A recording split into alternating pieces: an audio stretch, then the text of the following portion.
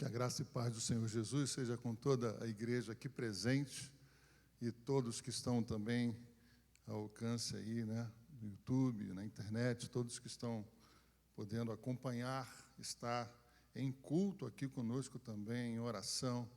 É importante que você separe esse tempo na sua casa também, se você não pode vir até o templo, que você possa vir, então, em oração e possa conosco aqui celebrarmos um culto ao Senhor, um culto devido ao Senhor, e também se render à exposição da sua palavra.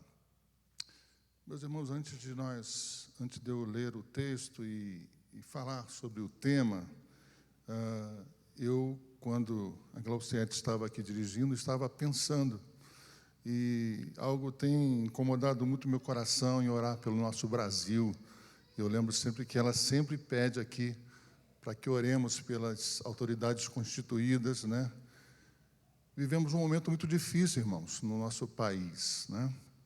Estamos aí nos aproximando de uma eleição e, infelizmente, está havendo uma intolerância muito grande, né, entre políticos e também aqueles que são adeptos. E houve, então, essa violência lá de alguém que atirou no outro, um no outro, e aí ainda está se investigando, né, a motivação, que dizem ser política, mas parece que havia já uma rixa antiga entre famílias, enfim. Mas algo que aconteceu, algo que tem acontecido, algumas coisas não aparecem na mídia, mas que tem nos preocupado, né? Nós que temos família, a própria igreja mesmo, né? Um momento de perseguição também por causa da mistura, né, da igreja com política. E isso tem me preocupado muito, e eu tenho colocado isso diante do Senhor. E eu peço aos irmãos, eu sei que o pastor sempre está falando isso também, que oremos pelo nosso Brasil, né?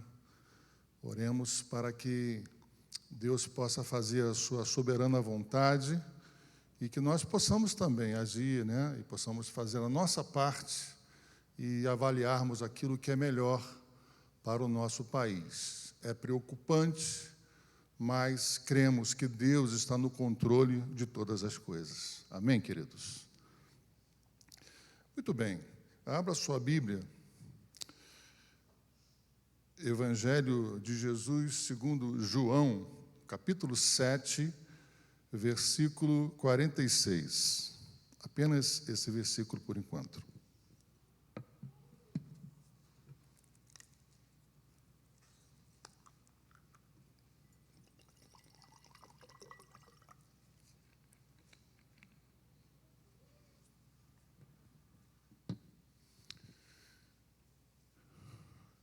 João 7, 46, eu estou na minha versão, mas você pode acompanhar porque não difere muito do que você tem em sua Bíblia aí.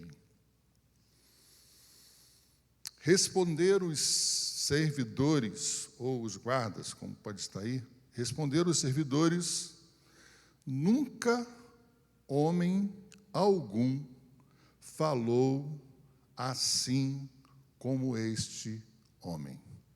Eu vou repetir. Responderam os servidores: nunca homem algum falou assim como este homem. Esse homem que eles estão referindo aí é Jesus Cristo. E o tema que eu gostaria de estar abordando com os irmãos nessa noite é a voz de Jesus. A voz de Jesus.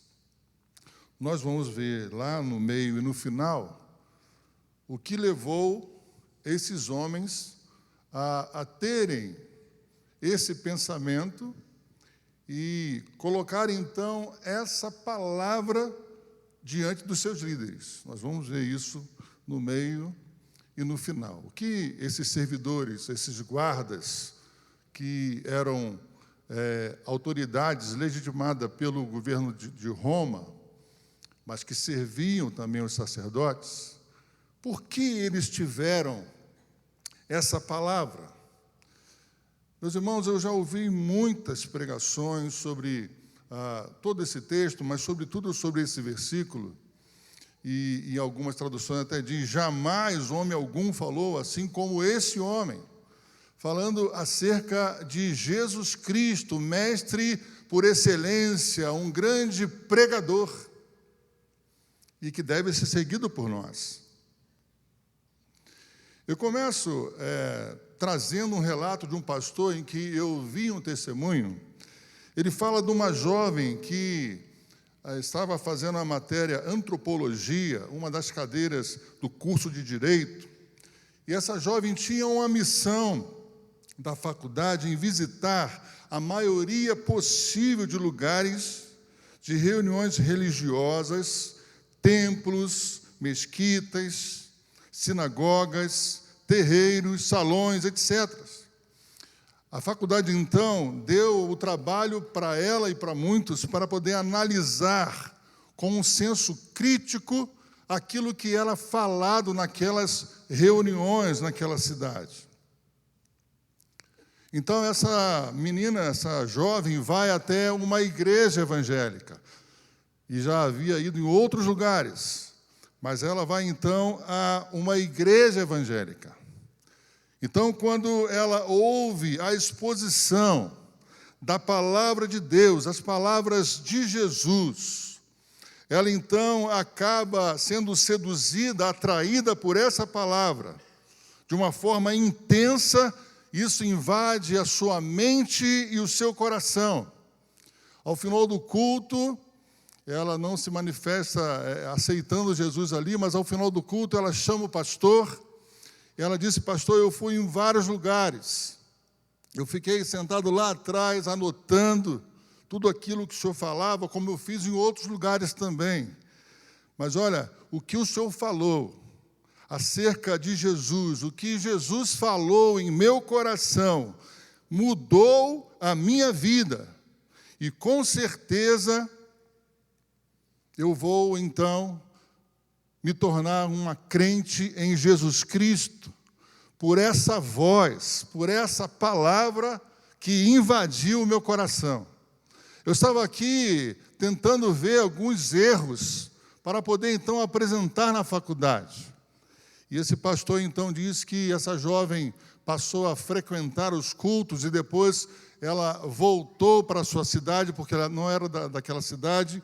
Ela volta para aquela cidade e ela se afilia a uma igreja transformada e remida pelo sangue de Jesus, pela palavra que chegou ao seu coração.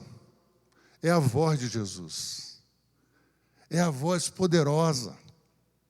É a palavra que muitos aqui receberam aqui e aceitaram Jesus como Senhor e como Salvador. Quantas pessoas que estão aqui não vieram numa condição de talvez de curiosidade, ou um convite que alguém fez: eu vou lá ver o que está acontecendo, o que tem lá, o que há naquele lugar.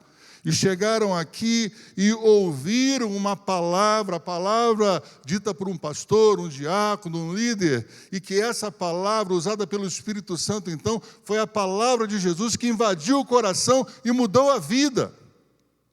Como é bom, irmãos, nós podermos, como domingo, ver aqui cheio, as pessoas vindo à frente, porque foram tocadas pela palavra de Jesus. É uma palavra diferente. É uma palavra que suscita a vida, é uma palavra que traz esperança, é uma palavra que traz salvação. Nunca homem algum falou assim como este homem, Jesus Cristo. Na vida de Zaqueu, Lucas 19, 9, você não precisa abrir, mas se quiser anote, enfim, Lucas 19, 9, diz: Jesus disse para Zaqueu, lá no final: hoje veio salvação a essa casa. Através de Zaqueu, a sua família também iria ser alcançada pelo Evangelho, pela palavra revelada por Jesus naquele lugar. Para a mulher pecadora, em João capítulo 8, versículo 11, no final Jesus vai dizer para ela: vai e não peques mais. Jesus está dando uma chance a essa mulher a ter uma vida diferente. E ele olha para ela e ele diz para ela, é a palavra do Senhor Jesus, vai e não peques mais. Jamais alguém, homem nenhum, falou como esse homem, Jesus Cristo. Mas eu queria, irmãos, antes de chegar por essa resposta desses servidores, desses soldados, eu queria analisar algumas coisas que está no contexto do capítulo 7. E alguns irmãos que vêm à EBD sabem que nós temos estudado o livro de João, e foi o capítulo 7 que foi da última lição. Mas eu quero ver algumas coisas aqui, irmãos, interessantes. Antes dessa palavra, antes desse reconhecimento da voz de Jesus. O contexto do capítulo 7, os irmãos depois podem ler com calma, mas está aí, né? O contexto do capítulo 7 é um momento próximo da festa do tabernáculo, dos tabernáculos, como chamado também, festa das cabanas, onde em Jerusalém as pessoas armavam barracas de palha e folhas no quintal ou no teto das casas. E isso era uma ordem do Senhor, que está em Levítico, capítulo 23, 34, 41, e Deuteronômio 16 também. Era exatamente um memorial, uma festa, para se lembrar da provisão de Deus.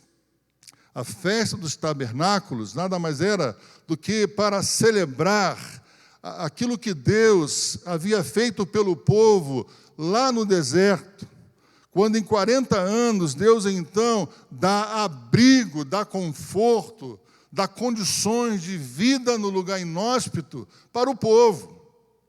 A festa da cabana se refere-se também à grande nuvem que ficava sobre o povo, para poder então estar conduzindo o povo e também protegendo o povo ali no deserto.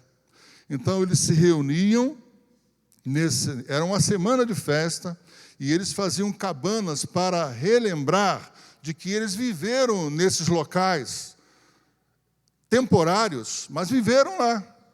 E nesses locais, Deus proveu, Deus cuidou do povo. Deus, então, os encaminhou à terra prometida. Então, lá estava, então, uma festa preparada.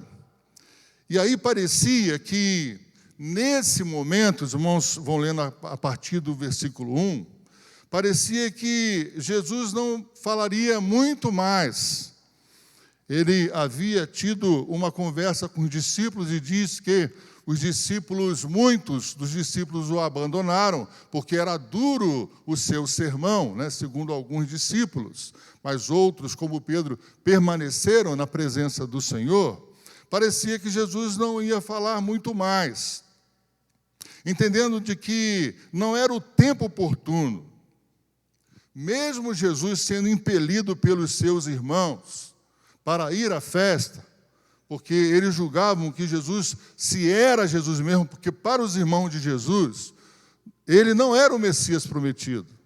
Então os irmãos de Jesus pedem que vai induzi-lo para ir à festa, para poder então aparecer, porque para eles, se Jesus fosse realmente o Messias, deveria estar na festa, para ser público então a sua palavra. Mas diz a palavra que Jesus entendeu que ainda não era o tempo, era algo estratégico que Jesus estava fazendo ali, era uma perseguição muito grande, havia um ministério para fazer. Então Jesus, de uma forma estratégica, ele não vai, né? Aí do versículo 1 ao versículo 9, os irmãos vão ver exatamente isso. Jesus, ele não vai. Mas no versículo 10, diz assim: mas quando seus irmãos já tinham subido à festa, então subiu ele também, não manifestamente, mas como em oculto. Jesus, então, depois da ida dos seus irmãos, ele vai à festa e ele fica de uma forma oculta. Ele vai até aquele lugar. Como um bom judeu, ele vai lá na festa, ele vai celebrar também. Mas ele ali, na condição, então, que estava naquele momento, ele se coloca em oculto. Mas isso não demora muito. Porque no versículo 14, João capítulo 7, versículo 14, nós lemos: mas no meio da festa subiu Jesus ao templo e ensinava. Ali começou, então, a palavra de Jesus. A voz de Jesus naquele templo. No meio da festa, Jesus sobe ao templo, ele toma a palavra e ele ensina. Ele sai lá daquele ostracismo ali, e ele então se coloca diante do templo, e ele começa então a ensinar. Meus irmãos, e quando Jesus começa a ensinar, as coisas começam a acontecer. Há um rebuliço naquele lugar, porque é uma palavra de autoridade, a palavra do Senhor Jesus. Ele toma a palavra e ele começa a ensinar. No versículo 28 e versículo 29, Jesus continua. Versículo 28 e versículo 29.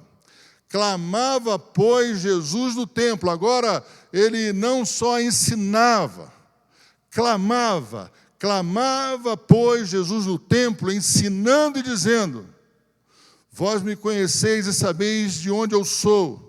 E eu não vim de mim mesmo, mas aquele que me enviou é verdadeiro, o qual vós não conheceis. Mas eu o conheço, porque dele sou e ele me enviou. Jesus está falando na autoridade do Pai, na concordância do Pai. Jesus, como homem e como Deus, naquele lugar, ele está se colocando firme numa posição. Ele sabe que a oposição vai acontecer. Ele sabe que a crítica vai se levantar. Ele sabe que vão tentar prendê-lo. Mas Jesus, ele clama em alta voz. Ele prega, ele fala.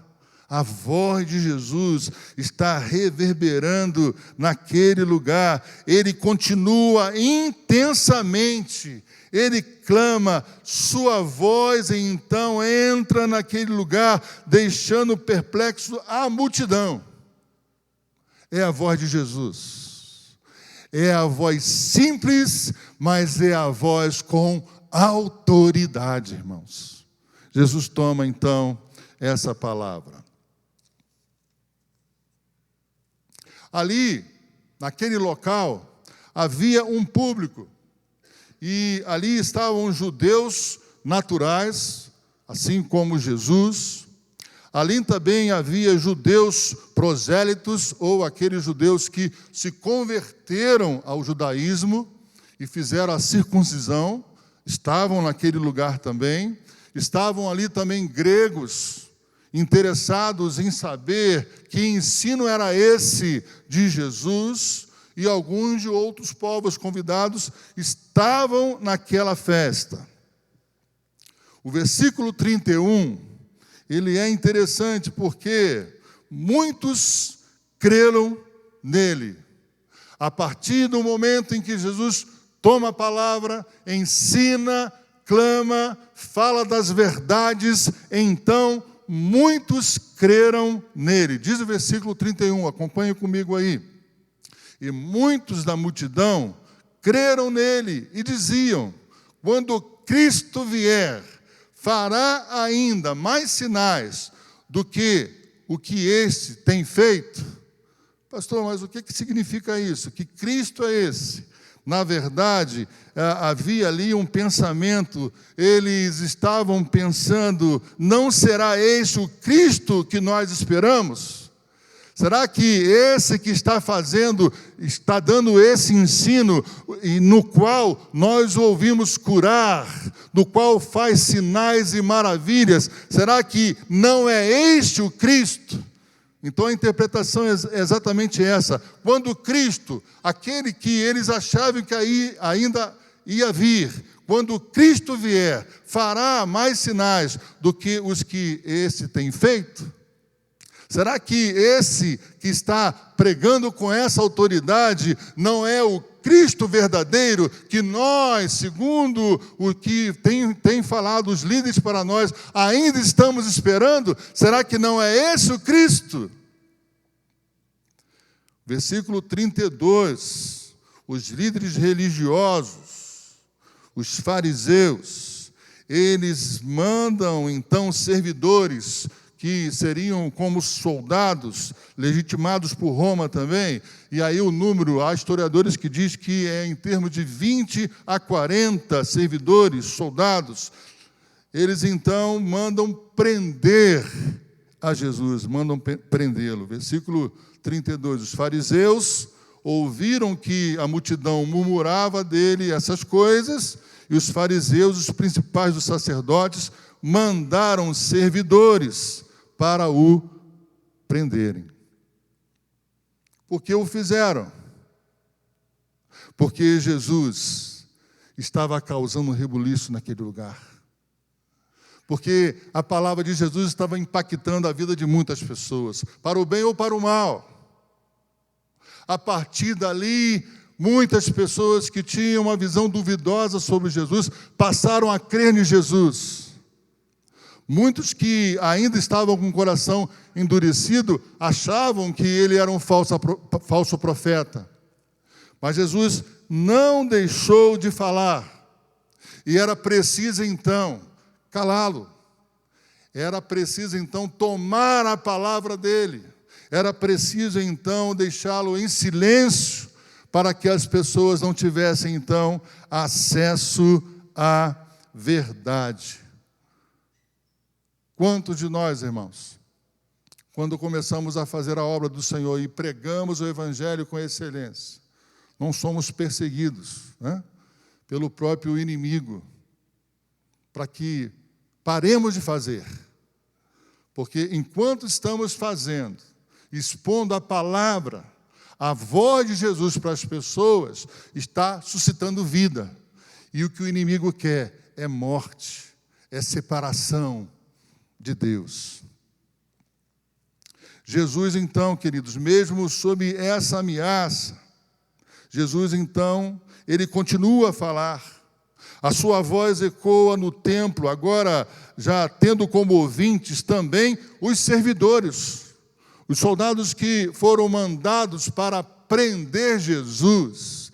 Agora eles estão no templo também. E aí eu faço uma ligação do exemplo que eu contei lá no início, da jovem que foi para poder ver algo de errado no Evangelho, que foi para fazer algumas anotações, para levar para a faculdade, para contradizer a palavra de Deus. Mas quando ela ouviu a palavra do Senhor, o seu coração foi transformado. E aí, os soldados agora, que são aqueles que são mandados para prendê-lo, fazem parte agora desse movimento, dessa congregação reunida, e eles ouvem também o que Jesus está pregando. Versículo 37, Jesus continua a falar. E no versículo 37, ele dá mais ênfase ainda, irmãos. Assim, se a gente pudesse colocar assim na nossa linguagem, Jesus estava danado ali, né? Quanto mais a coisa estava apertando, mais ele estava falando, mais ele estava pregando, ele estava ali falando. No versículo 37, então, Jesus põe-se em pé e clama, dizendo, e no último dia, o grande dia da festa, Jesus pôs-se em pé e clamou, dizendo, se alguém tem sede, que venha a mim e beba. Versículo 38, quem crê em mim, como diz a Escritura, rios de água viva correrão do seu ventre. Versículo 39, e isso disse ele do Espírito que havia de receber os que nele crescem, porque o Espírito Santo ainda não fora dado, por ainda Jesus não ter sido glorificado. O Espírito Santo ainda não estava com o povo, mas sim agia de maneira temporal na vida de algumas pessoas. Não havia ainda o batismo no Espírito Santo, a manifestação do Espírito Santo. E Jesus, então, com a sua voz, ele com toda a autoridade, ele então usa a própria Escritura, e ele se coloca então como a água da vida. Jesus então disse: alguém tem sede, que venha a mim e beba.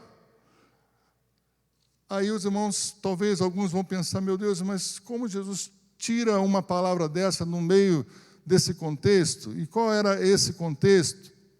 O contexto era, irmãos, que no momento em que os sacerdotes pegavam água em vaso de ouro do tanque de Siloé e derramava sobre o altar, isso tinha um significado. Era um ato simbólico da provisão de Deus no deserto, onde não deixou faltar água, e de que o Messias seria a cura para muitos. Esse ato que era feito, colocar água ali naquele vaso de ouro, pegar a água do tanque de Siloé e colocar sobre o altar, também significava a expectativa da chuva da colheita e o derramamento do Espírito Santo sobre a nação de Israel.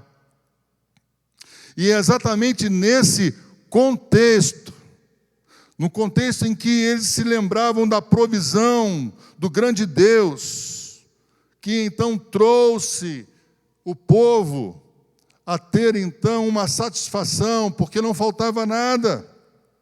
Nesse contexto aí, nesse derramar de águas, Jesus então se coloca como a água da vida. E ele cita então a profecia de Ezequiel, capítulo 47, falando das águas que saíam do trono, produzindo então vida e cura. Jesus, ele faz uso de uma profecia que era para a sua vida. Então ele diz: quem tem sede, venha. Quem tem sede, beba dessa água. Eu sou Jesus, a água da vida. Era um contexto. E Jesus precisava colocar isso de uma maneira clara para aquele povo que estava reunido ali. No versículo 40, 41 e 42, muitos passaram a considerar Jesus como profeta, a partir da palavra. Outros o consideravam como o próprio Cristo, a partir da voz de Jesus. No entanto, outros, por preconceito e falta de conhecimento real da lei, da palavra, não admitiam vir coisa boa da Galileia. Porque esse foi ali o trocadilho. Pode vir alguma coisa da Galileia? Na verdade, Natanael já havia dito isso. Natanael, ele coloca: pode vir algo bom de Nazaré? Nazaré da Galileia. Mas faltava também entendimento para aquele povo. Porque, na verdade, Jesus nasceu em Belém da Judéia e foi criado em Nazaré da Galileia. Mas por ele não ter vindo, então, de Belém diretamente, porque ele foi criado, então, na Galileia, em Nazaré, alguns ali não criam que ele era o Cristo. Porque por uma discriminação, os moradores da Galileia eram gente muito simples. E não poderia sair de lá o rei, porque teria que sair de um lugar que era do reinado de Davi, próximo a Jerusalém. Então, havia esse público também. Então, muitos, a partir da voz de Jesus, O consideraram profeta, outros o próprio Cristo, mas outros acharam que ele era um impostor, um enganador. E assim é até hoje, muitas pessoas também achando muitas coisas acerca de Jesus, mas muitos entendendo de que verdadeiramente ele é o Filho de Deus.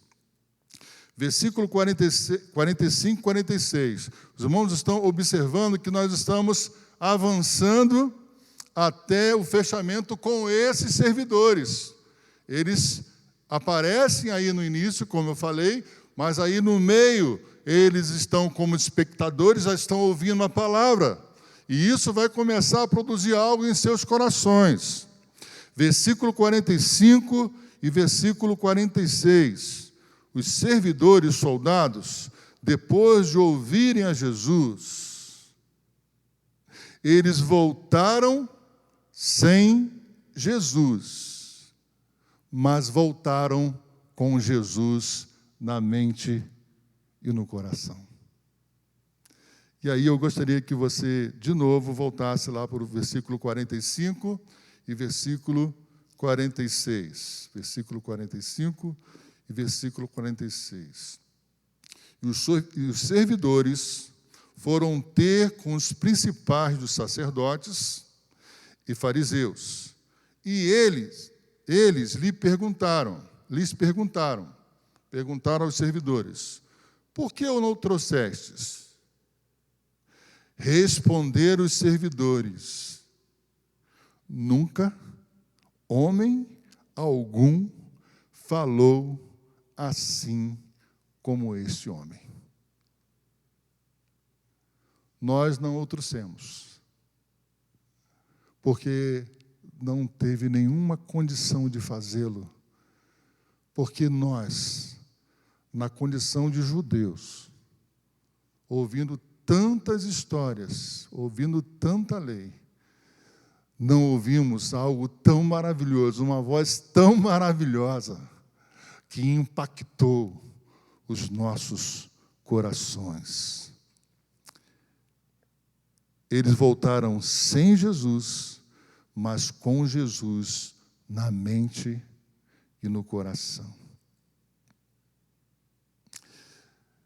E aí, já falando diretamente desses servidores, que foi o primeiro versículo que nós lemos aqui nessa noite, há uma pergunta a ser feita, irmãos. O que aconteceu com aqueles homens, soldados, servidores, ao ouvirem a voz de Jesus? O que de fato aconteceu a esses homens?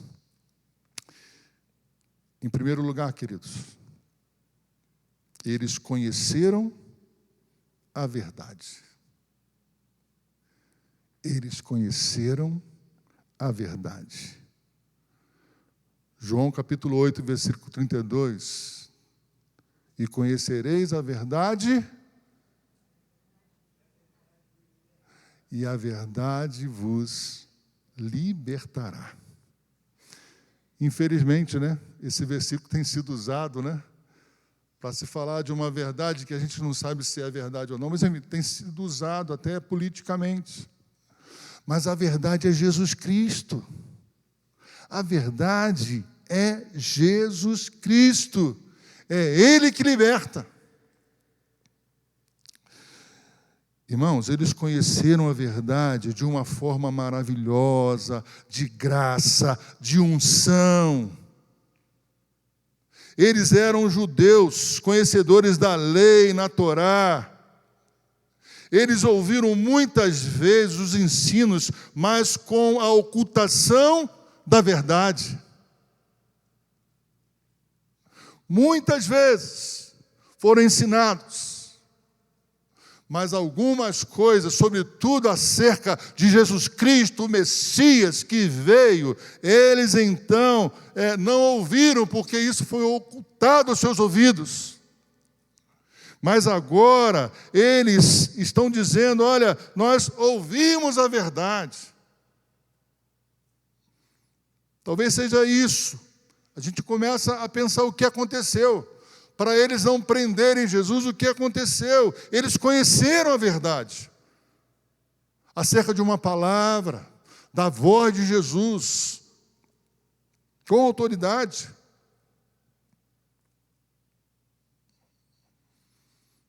Precisamos, irmãos, sempre ouvir a voz da verdade, para que possamos ter um caminho mais excelente, para que possamos marcar a nossa geração com palavras verdadeiras também, com uma vida verdadeira, de uma maneira que o nosso testemunho possa, então, levar pessoas, sem mesmo a gente falar, levar pessoas a Jesus Cristo pelo nosso testemunho. A verdade tem libertado o seu coração, a verdade tem liberto a sua vida. Você é um cristão que fala a verdade, é seguidor de Cristo. E eles conheceram a verdade. Mas o que aconteceu com aqueles homens ao ouvirem a voz de Jesus? Em segundo lugar, eles reconheceram o testemunho de alguém que vivia o que pregava. Alguém que vivia o que falava, o que pregava. Eles viveram então, reconheceram o testemunho. Em Mateus capítulo 7, versículo 29. E aí é claro que é em outra passagem, mas é para dar um exemplo aqui da autoridade de Jesus. Eu vou ler o 28 e 29.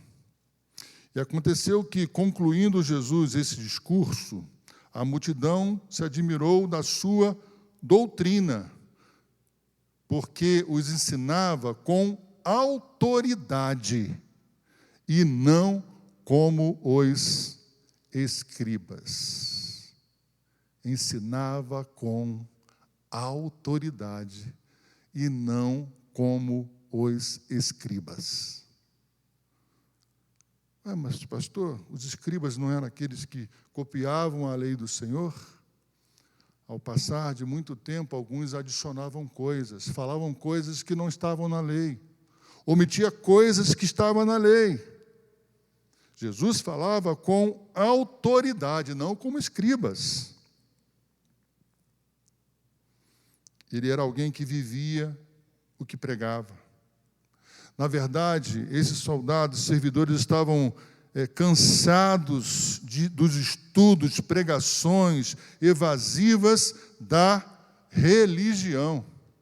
Estavam cansados. Agora, eles têm acesso à palavra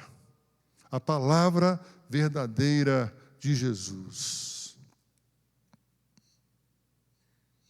O que aconteceu com aqueles homens ao ouvirem a voz de Jesus, irmãos?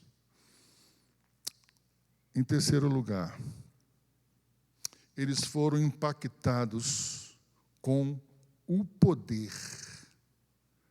Impactados com o poder, uma voz de poder. Queridos, não era só o que Jesus falava, mas ela era como ele falava, a sua expressão, o seu olhar.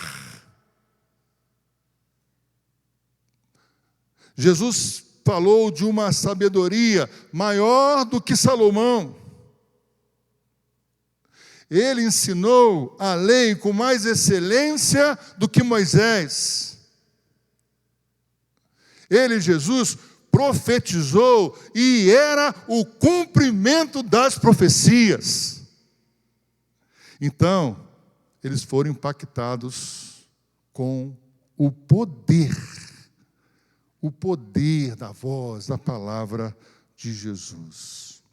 Lucas, capítulo 4, versículo 18 e versículo 19. Acompanha comigo.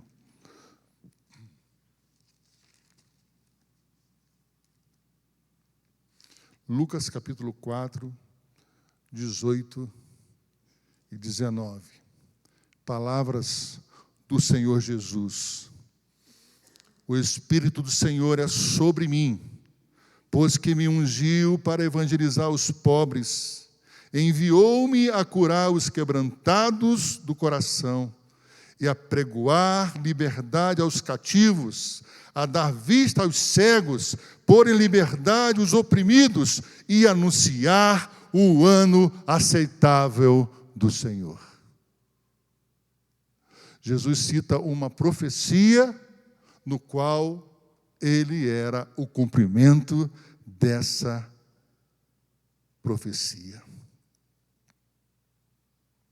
Queridos, quantos nós temos sido impactados com o poder de Deus, da sua palavra explanada, exposta aqui nesse púlpito. Quantos de nós não temos sido alcançados por essa palavra? Que alguns podem dizer, mas, poxa, foi tão simples aquilo que o pastor pregou. Eu já ouvi 300 vezes. Mas essa palavra, ela entra no coração e ela transforma muitas vidas. Essa palavra, pela ação do Espírito Santo, que em todo momento vai incomodando corações, ela muda uma vida. Quantos já não vieram à igreja ou passaram por aqui com um pensamento de suicídio, um pensamento de sair de casa, mas ouvindo uma palavra, a palavra de Jesus, mudaram as suas vidas. Eu lembro que nós temos ainda, né? Mas nós tínhamos aqui toda sexta-feira, depois do antigo Central Jovem, nós tínhamos uma madrugada do carinho, né? Madrugada com Cristo. E nós saímos daqui, íamos para Campo Grande fazer um trabalho de evangelização, e sopa, roupa, né? Hoje nós temos ainda. Eu lembro uma vez que nós estávamos chegando ali em Campo Grande, e depois de muitas pessoas já sendo evangelizadas, atendidas ali, trazido o nome para a igreja orar, a igreja ajudando também. Eu lembro de um senhor que estava chegando, nós já estávamos ali em Campo Grande, ali atrás da antiga Silbene, e um senhor estava chegando com colchonete, mas ele não parecia ser um morador de rua. E ele estava chegando e ele viu aquele movimento, e nós chegamos perto dele e começamos a falar com ele, e o abraçamos ali. Ele começou a chorar, ele disse, olha, eu acabei de sair de casa. Eu nunca vivi na rua, mas eu me separei da minha esposa e eu acabei de sair de casa, eu não aguento mais, eu vou ficar na rua, eu não quero mais ficar em casa. Ali nós conversamos com ele, pregamos a palavra para ele, e depois nós voltamos àquele lugar e soubemos que ele, naquela mesma noite, ele voltou para casa, se arrependeu, e ele teve então um encontro com Cristo, num momento talvez que ninguém esperava que ia acontecer. Mas estava ali um povo pregando o Evangelho, e pela palavra,